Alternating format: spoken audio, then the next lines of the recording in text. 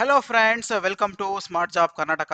So ಈಗ ನಾನು ಹೊಸ ಹುದ್ದೆ ವಿಷಯವಾಗಿ ಬಂದಿದ್ದೀನಿ. ಈ ಹುದ್ದೆಗಳೆಲ್ಲನೂ ಈ ಫ್ರೆಶರ್ ಗ್ರಾಜ್ಯುಯೇಟ್ಸ್ ಮತ್ತೆ ಅಂಡರ್ ಗ್ರಾಜ್ಯುಯೇಟ್ಸ್ಗೆ ಇರುವಂಥ ಒಂದು ಅವಕಾಶಗಳು ಅಂತ ಹೇಳ್ಬೋದು. ಸೊ ನಾನು ಪ್ರತಿಷ್ಠಿತ ಕಂಪ್ನಿಗಳ ಒಂದಷ್ಟು ಜಾಬ್ಸ್ಗಳನ್ನ ಕಲೆಕ್ಟ್ ಮಾಡ್ಕೊಂಡು ಬಂದಿದ್ದೀನಿ. ನೋಡಿ, ಈ ಎಲ್ಲ ಜಾಬ್ಸ್ಗಳು ಕೂಡ ಬೆಂಗಳೂರಿನಲ್ಲಿ ಇರುವಂಥದ್ದು ಅಂತ ಕೂಡ ಹೇಳ್ಬೋದು. ನೋಡಿ, ಇದೆಲ್ಲ ಒಂದು ಪ್ರತಿಷ್ಠಿತ ಕಂಪ್ನಿಗಳು ಅಂತ ಹೇಳ್ಬೋದು. ಒಳ್ಳೆ ನಿಮಗೆ ವೇತನ ಶ್ರೇಣಿಯನ್ನ ಕೊಡುವಂಥದ್ದು, ಸ್ಟಾರ್ಟಿಂಗ್ ಅಲ್ಲಿ ನಿಮಗೆ ಒಳ್ಳೆ ಟ್ರೈನಿಂಗ್ ಅನ್ನ ಕೊಡ್ತಾರೆ. ಸೊ ನಿಮಗೆ ಒಳ್ಳೆ ವೃತ್ತಿ ಜೀವನ ಇರುತ್ತೆ ಅಂತ ಹೇಳ್ಬೋದಾಗಿದೆ. ಸೊ ಬನ್ನಿ ಇದ್ರ ಬಗ್ಗೆ ಇನ್ಫಾರ್ಮೇಶನ್ ತಿಳ್ಕೊಂತ ಹೋಗೋಣ. ಎಲ್ಲರೂ ಅದಕ್ಕಿಂತ ಮುಂಚೆ ಖಂಡಿತವಾಗ್ಲೂ ಸಬ್ಸ್ಕ್ರೈಬ್ ಮಾಡಿ ಮತ್ತೆ ಬೆಲ್ ಐಕಾನ್ ಕೂಡ ಕ್ಲಿಕ್ ಮಾಡ್ತಾ ಇರಿ. ಸೊ ನೋಡಿ, ಮೊದಲಿಗೆ ನಾನು ತಂದಿರುವಂತ ವಿಷಯ ಏನು ಅಂತಂದ್ರೆ, ಶೆಲ್ ಅಂತ ಒಂದು ಕಂಪನಿ ಇರುವಂತದ್ದು.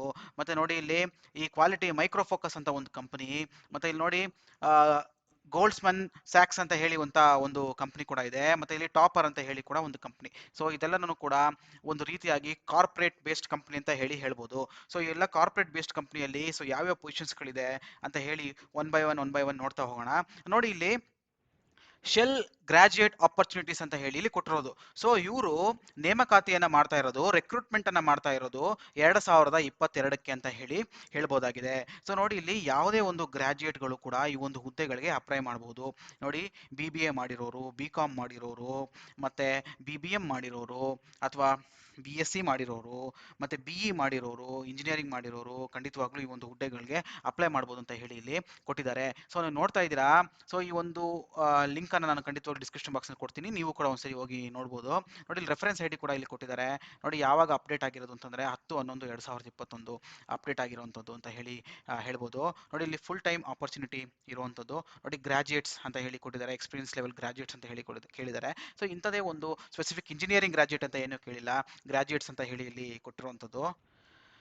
ಮತ್ತೆ ನೋಡಿ, ಕಂಟ್ರಿ ಇಂಡಿಯಾ ಅಂತ ಹೇಳಿ ಕೊಟ್ಟಿದ್ದಾರೆ, ದೇಶ ಇಂಡಿಯಾ. ಮತ್ತೆ ನೋಡಿ, ಸಿಟಿ ಬೆಂಗಳೂರು, ವರ್ಕ್ ಲೊಕೇಶನ್ ಕೂಡ ಬೆಂಗಳೂರು ಇರುತ್ತೆ. ಸೊ ಕೆಲಸದ ಜಾಗ ಕೂಡ ಬೆಂಗಳೂರು ಅಂತ ಹೇಳಿ ಕೊಟ್ಟಿರುವಂತದ್ದು. ನೋಡಿ, ಇಲ್ಲಿ Shell's purpose is to power progress together ಅಂತ ಹೇಳಿ ಅವ್ರ ಬಗ್ಗೆ ಇಲ್ಲಿ ಕೊಟ್ಟಿರುವಂತದ್ದು.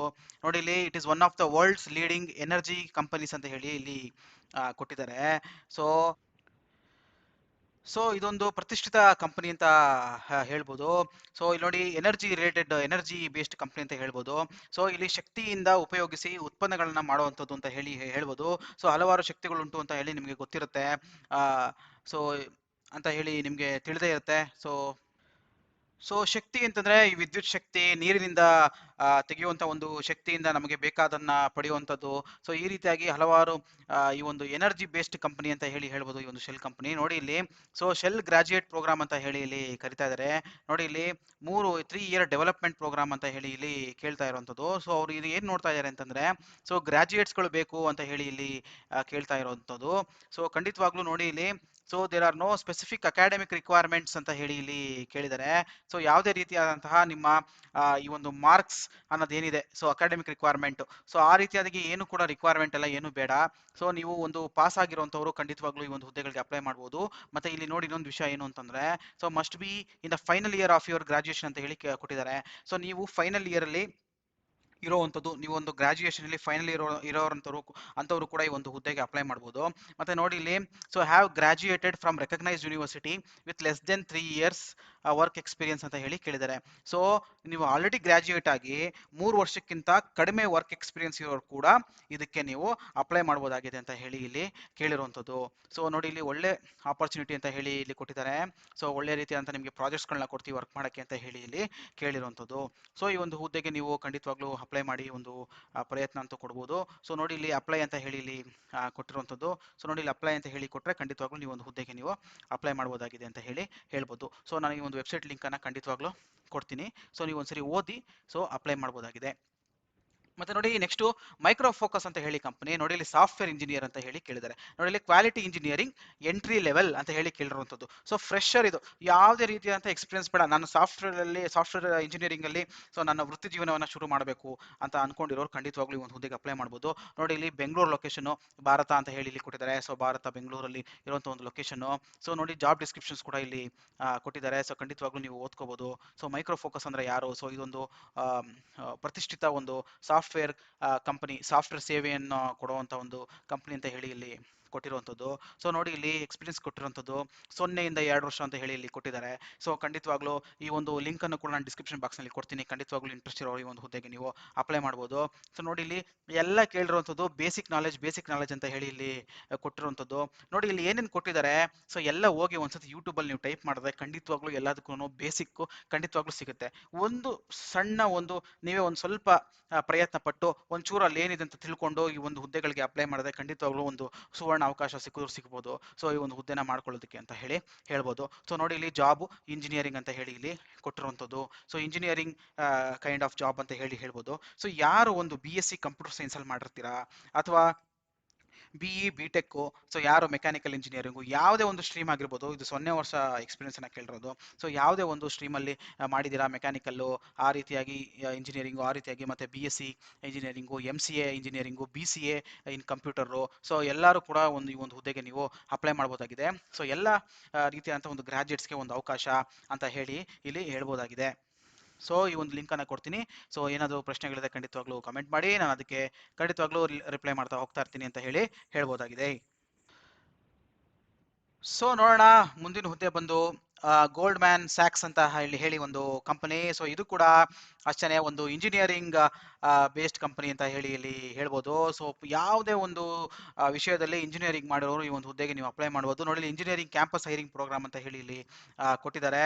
ಸೊ ನೋಡಿ ಇಲ್ಲಿ 2022 ನ್ಯೂ ಅನಲಿಸ್ಟ್ ಅಂತ ಹೇಳಿ ಮತ್ತೆ 2022 ಸಮ್ಮರ್ ಇಂಟರ್ನ್ಶಿಪ್ ಅಂತ ಹೇಳಿ, ಗ್ರಾಜುಯೇಷನ್ ಯಾವಾಗ 2022 ಮತ್ತೆ ಗ್ರಾಜುಯೇಷನ್ ಇನ್ 2023 ಅಂತ ಹೇಳಿ ಇಲ್ಲಿ ಕೊಟ್ಟಿದ್ದಾರೆ. ಸೊ ಮೇ ಜೂನ್ ಅಲ್ಲಿ ಇಂಟೇಕ್ ಮಾಡ್ತಾರೆ, ಏಪ್ರಿಲ್ ಜೂನ್ ಅಲ್ಲಿ ತಗೊಳ್ತಾ ಇರುವಂತದ್ದು.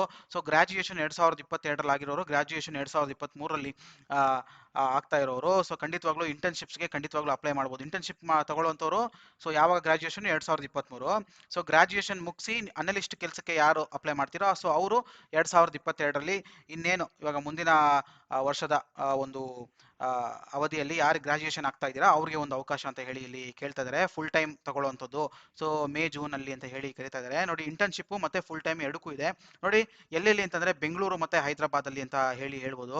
ನೋಡಿ ಅಪ್ಲಿಕೇಶನ್ ಫಾರ್ಮು ಆಲ್ರೆಡಿ ಇಲ್ಲಿ ಶುರುವಾಗಿರುವಂಥದ್ದು ನವೆಂಬರ್ 23ರಿಂದ ಆಲ್ರೆಡಿ ಅಪ್ಲಿಕೇಶನ್ ಶುರುವಾಗಿದೆ. ನೋಡಿ ಒಂದು ಅಪ್ಲಿಕೇಶನ್ ಕೊನೆ ಆಗೋದು ಜನವರಿ 3, 2022 ಸೊ ಕೊನೆ ಆಗುತ್ತೆ. ಅಷ್ಟರಲ್ಲಿ ನೀವು ಸೊ ಇದಕ್ಕೆ ನೀವು ಅಲ್ಲಿ ರಿಜಿಸ್ಟರ್ ಮಾಡ್ಕೊಬೇಕಾಗತ್ತೆ. ಸೊ ನೀವು ಇವಾಗ ರಿಜಿಸ್ಟರ್ ಮಾಡ್ಕೊಂಡ್ರೆ ಖಂಡಿತವಾಗ್ಲೂ ಆ ಒಂದು ಸಮಯದಲ್ಲಿ ನೀವು ಒಂದು ಗ್ರಾಜುಯೇಷನ್ ಮುಗಿಸ್ತೀರಾ 2022ರಲ್ಲಿ ಸೊ ಖಂಡಿತವಾಗ್ಲೂ ಸೊ ಈ ಒಂದು ಹುದ್ದೆಗೆ ನೀವು ಅವರು ಕರೆಯುವಂಥ ಎಲ್ಲ ಸಾಧ್ಯತೆಗಳಿದೆ ಅಂತ ಹೇಳಿ ಹೇಳ್ಬೋದು. ಸೊ ನೋಡಿ ಇಲ್ಲಿ ಪ್ರೋಗ್ರಾಮ್ ಟೈಮ್ಲೈನ್ಸ್ ಅಂತ ಎಲ್ಲ ಹೇಳಿ ಕೇಳಿದರೆ ರಿಜಿಸ್ಟ್ರೇಷನ್ ನೀವು ಮಾಡ್ಕೋಬೇಕಾಗತ್ತೆ. ಆಲ್ರೆಡಿ ಶುರುವಾಗಿದೆ, ನಾನು ಆಲ್ರೆಡಿ ಹೇಳಿದ್ದೀನಿ ಜನವರಿ 3ಕ್ಕೆ ಕೊನೆ ಆಗುತ್ತೆ. ಮತ್ತೆ ನೋಡಿ ಜನವರಿ 9ಕ್ಕೆ ಸೊ ನಿಮಗೆ ಒಂದು ಮೆಂಟಲ್ ಎಬಿಲಿಟಿ ಮಾನಸಿಕ ಸಾಮರ್ಥ್ಯದ ಒಂದು ಪರೀಕ್ಷೆಯನ್ನು ಕೊಡ್ತಾರೆ. ಸೊ ಜನವರಿ 9 ಆಪ್ಟಿಟ್ಯೂಡ್ ಟೆಸ್ಟ್ ಇರುವಂಥದ್ದು. ಮತ್ತೆ ನೋಡಿ ಇಲ್ಲಿ ಟೆಕ್ನಿಕಲ್ ಟೆಸ್ಟ್ ಕೂಡ ಇದೆ.